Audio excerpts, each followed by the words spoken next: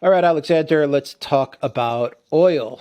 And the the common thinking now is that oil will hit around 100 a barrel, and the reason for this is because we got quite an unexpected production cut the other day.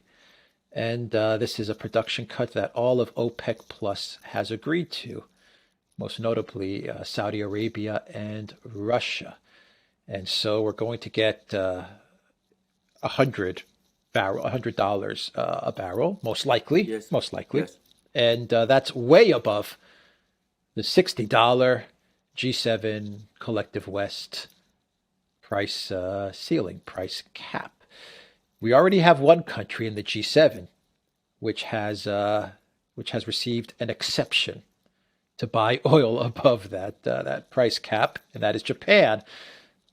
If oil goes to 100 a barrel, my hunch would be that we're going to be seeing a lot more exceptions handed out. But anyway, this also signals, real quick, this signals Saudi Arabia's trajectory, its move once again towards BRICS, towards the multipolar world, call it whatever you want.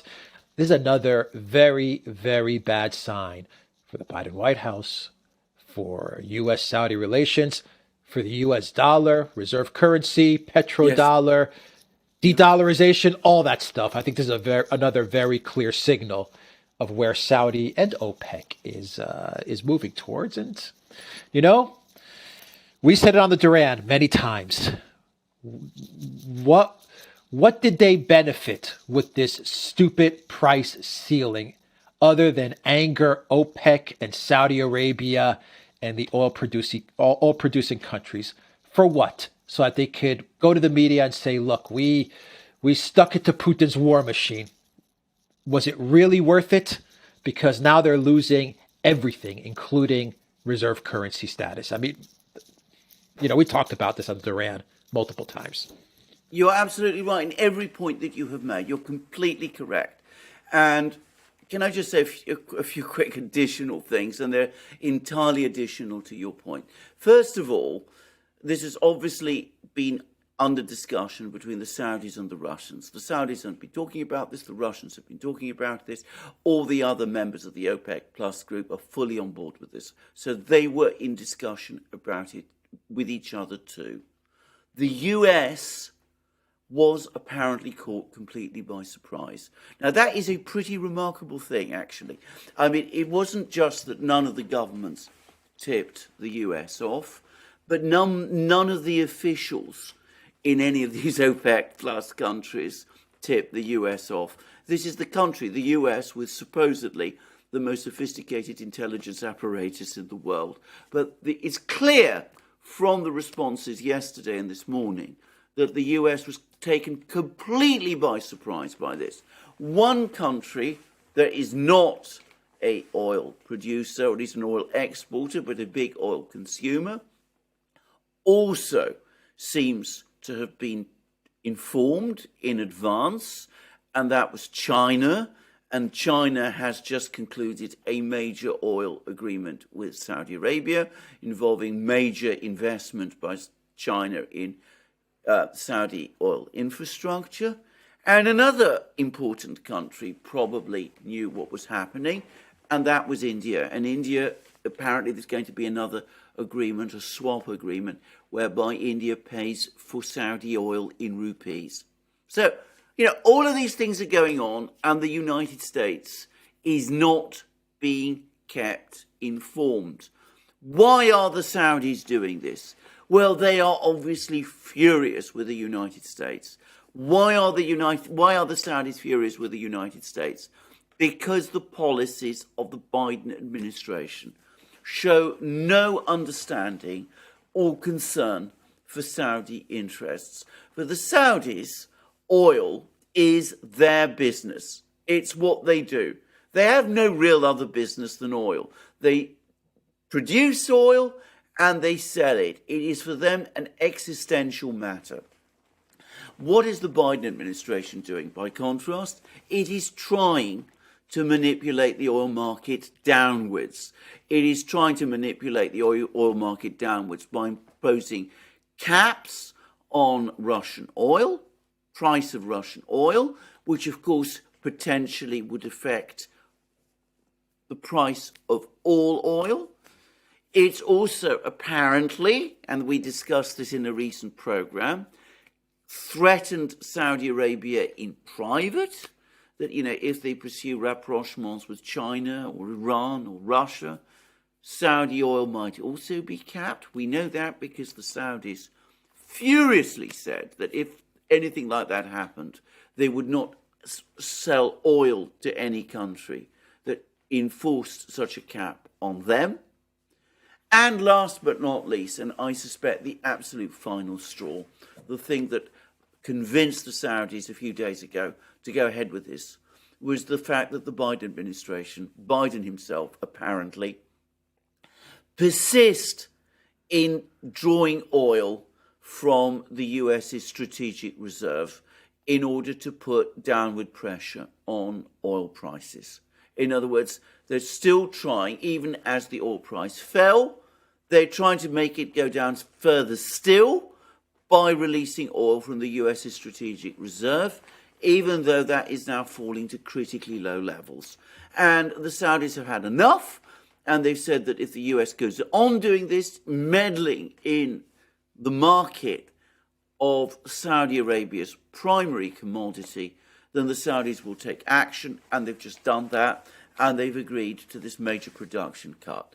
And I agree, it will go to $100 a barrel, and for two reasons. Firstly, the Chinese economy is now surging because it's coming out of its lockdowns, but also because the Saudis, through taking this step, have clearly signalled that they want the oil price to go higher, and they will go on cutting oil output until it reaches that higher price. So the Biden administration has achieved exactly the outcome that you said.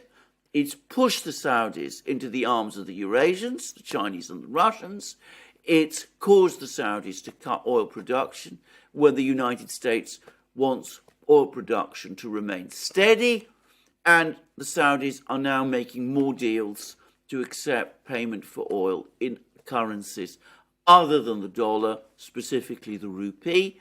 And of course, they're also planning to join BRICS, and they are now a candidate member of the Shanghai Cooperation Organization, and clearly they want to be part of the moves to set up the reserve currency in competition with the dollar. So, again, exactly as you said, the Biden administration shows no understanding of Saudi interests, no understanding of Saudi concerns, and look where it's look at the mess it's created. They have no understanding of anything. No. My God, it's every day it shocks me how awful, how catastrophic this administration is. It really is shocking. Comment on that, and then comment on Japan, which is the first of what I believe will be many countries ditching this price ceiling. Yeah, I mean, it's fascinating to see how quickly that price ceiling is already unraveling. I mean, just go back. Go back to a few videos and you'll see that we were sort of talking about this. So what has actually happened is that Japan has defected. Now, remember, Japan is a member of the G7. It was the G7 group which supposedly agreed together the oil price cap. And Japan was party to that decision. Japan isn't just a member of the G7. It's easy to forget that it is got the second biggest economy amongst the G7. It's the much bigger economy than Germany, for example. And so it's the US, Japan, Germany, and then the others. Japan is also one of the three big Asian economies: China, India, Japan. So Japan, along with China and India, in other words, all the big Asian economies, or in fact all the Asian economies, but certainly all the three big Asian economies, is no longer applying the oil price cap. Now, what clearly happened, there's no doubt about this, is the Japanese came along and they said to the other G7 states, look, we cannot go on with this oil price cap. We need Russian oil. We have to go on importing Russian oil. The Russians will only sell oil to us at a market price. They made it very clear that they are not prepared to sell oil to any country that applies the oil price cap. So therefore, despite our previous agreement, we are defecting from the oil price cap. And what then happened, and it's now obvious, is that there was then a sort of face-saving agreement, and the G7 said, well, we understand that you're going to pull out of it, but we don't want to sanction you because that would be an absolute disaster. We don't want to get into an argument. So they've all pretended that they've agreed to grant Japan this exception. But it was an exception that Japan demanded and would have insisted on. And if it hadn't got it, it would have just gone ahead and bought the Russian oil at the market price anyway. So that's what that was all about. This talk about an exception, we shouldn't take it seriously. There is something else. Remember last week when Xi Jinping went to Moscow and met Putin there, and at the same time the Japanese Prime Minister Kishida went to Kiev and was meeting Zelensky. And that was a very strange meeting because the Japanese didn't really have any reason particularly to go to Kiev. Why did they go to Kiev? Well, I think we can now say that the reason the Japanese went to Kiev was because they wanted to give themselves some degree of political cover as they basically defected from the oil price cap. Money talks louder than words. Japan's money is going to Moscow in the form of payments for Russian oil. It's not going to Ukraine. It's as simple as that. It's an absolute, utter shambles. And you're absolutely right. If oil prices rise to $100 a barrel, which they're very likely to do, we're going to start to see the whole European Union thing crumble. Because, of course, the European Union, which is the only other entity that's applying the price cap, the reason they're already buying oil from Russia through third parties, through middlemen, at more than the price cap. But, of course, if oil prices go on rising, then there will come a point when that just becomes unaffordable and they'll all start to break away. Yeah. What an embarrassment that's going to be for the Biden White House. Oil going up, the price of gas going up as Biden prepares for his 2020 campaign, his campaign run, I imagine. He's going to run, and that's not going to help at all. And you're 100% right. You heard it here first. That is the reason why the Japanese Prime Minister went to Ukraine. It was payoff money. It was the Japanese Prime Minister. Yeah, he went to Ukraine to do the photo, the media, show him handing the envelope to Zelensky, the avatar of globalism, the avatar of neoliberalism, handing him the money to say, are we good? Yeah, we're good. Okay, now I'm going to go back to Japan and I'm going to be buying oil from Russia above the $60 ceiling. That's what it was all about. Yeah. Man, these people, my God. Yeah. That's it. I don't have a question. I mean, you're exactly right. Right. That's the reason he went to Kiev. The Japanese Prime Minister, yeah. Yeah, absolutely. Yeah. So, I mean, there it is. I mean, this oil price cap idea was a stupid idea from the start. Only the Biden administration could have come up with it. We're now, first, apparently this was all sorted out, the last week of March. How many weeks has it taken for it to crumble? Russia and Saudi Arabia, they called the bluff Absolutely. really easily too. Yeah. Really easy. I mean, Yeah. it's people in the Biden White House are such freaking amateurs.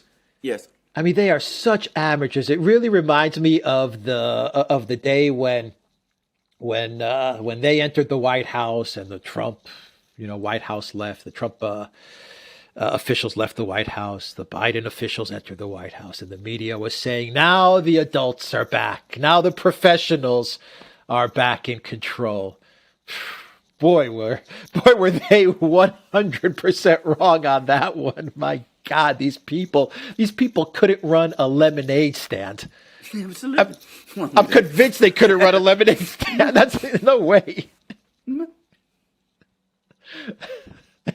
Any final thoughts or comments? I mean, they made a mess of everything. They have made a complete freaking mess of everything.